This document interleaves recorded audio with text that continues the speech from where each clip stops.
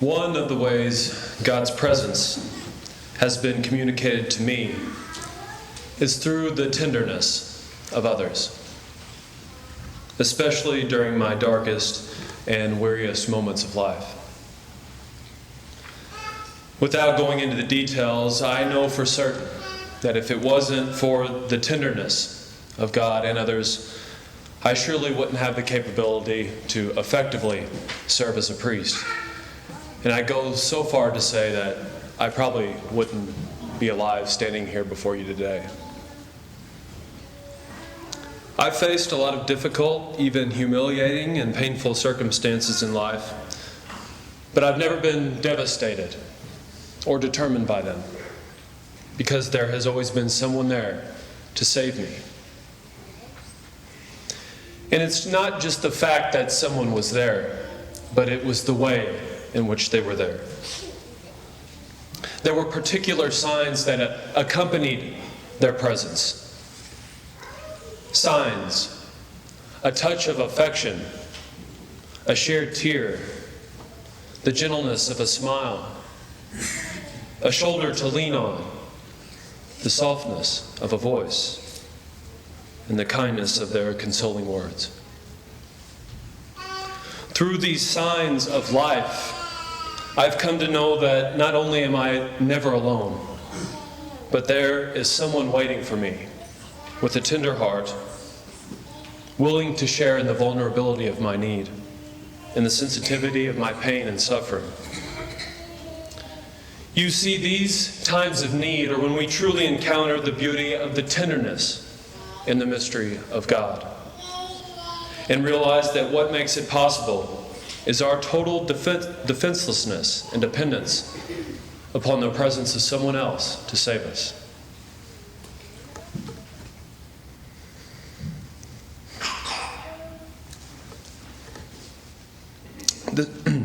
This whole week has been a sign for me, a sign for us, especially this past Friday. As many of you know or may not know, Mrs. Shelley Maringer, our beloved art teacher here at Christ the King, passed away. And amid the shock and pain of feeling the wave of death, one of the signs of life that emerged, one of the blessings, was the tenderness, the shared affection that was welcomed and shared between those who were gathered here. This tenderness, this closeness of people, adults together, children together, adults with the children, amidst all of our numbness and pain, helped to console our grieving hearts. And in my eyes, this was truly beautiful and moving. Not only was God with us, but I felt Shelley was with us, teaching us to love one another in the midst of that moment. This presence that was in our school and in our church was real, and it was healing wounds. And isn't this interesting? A paradox in the way that this presence visited us. In the seeming absence of losing someone, a greater presence filled the room.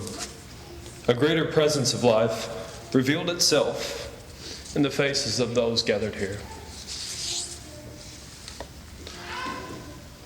A lot of times we can be so paralyzed by our fear and resist these moments of life within our relationships that we keep others at a distance and prefer to display our mourning and meanness and misery in the moment.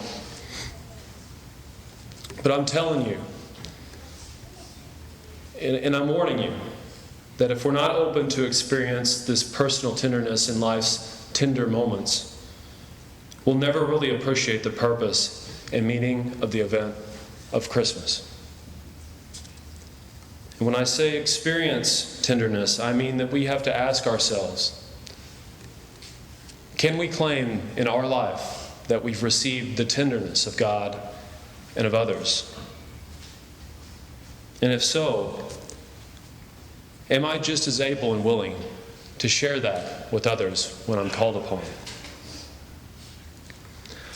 I realize that not everyone is always confident, free, and mature enough to communicate tenderness, especially in these kind of moments. Tenderness evokes a sense of affection, of compassion, feeling, fragility, sensitivity, and warmth toward ourselves and one another. Admittedly, a lot of us are very poor when it comes to being this way. I'm also aware that not all of us are immediately inclined towards expressing this tenderness based off the prevalent indifference that we experience in the society that surrounds us, the hardness of daily life, a stoic temperament that we may cling to, a fear or mistrust of others. And I know, and I can say this myself, that not all of us grew up in a home like that, where we were free to express this with each other. But we're all capable of exercising at least some degree of tenderness, because we know deep down we need it. And more importantly, God has shown us the way of tenderness by humbling himself, by taking on our flesh, by becoming a child, by suffering and dying for us. And we're all called to share in this way of life, to imitate his way of being for us. Our Holy Father, Pope Francis, has witnessed this tenderness to us. We've got a photo of it in our narthex, of him embracing a child. And he reminds us that we should answer yes to this new way of being, yes to our new relationships in Christ. In his recent exhortation, Evangelii Gaudium, the joy of the gospel, he reminds us, quote, "The Christian ideal will always be a summons to overcome suspicion, habitual mistrust, fear of losing our privacy, all the defensive attitudes which today's world imposes on us. Many try to escape from others and take refuge in the comfort of their privacy or in a small circle of close friends, renouncing the realism of the social aspect of the gospel.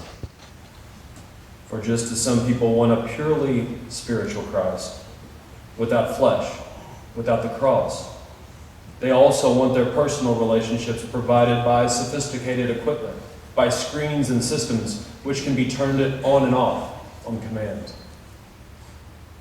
Meanwhile, the gospel tells us constantly to run the risk of face-to-face encounters with others, with their physical presence which challenges us, with their pain and their pleas, with their joy which infects us in our close and continuous interaction." This is the end of his statement, but I think the most profound. True faith in the incarnate Son of God is inseparable from self-giving, from membership in the community, from service, from reconciliation with others. The Son of God, by becoming flesh, summoned us to the revolution of tenderness. Tenderness. This openness to the presence of God and one another. This is the way, my friends. And I beg you, let him enter. Let others enter. I encourage everyone, especially in the midst of these difficult times, to try a little tenderness as we journey together. My Christmas wish, and I wish this is all of ours that we share in, is that we allow God's revolution of tenderness to happen in our lives. And that it moves us all closer to the heart of each other and ultimately to the very heart of God.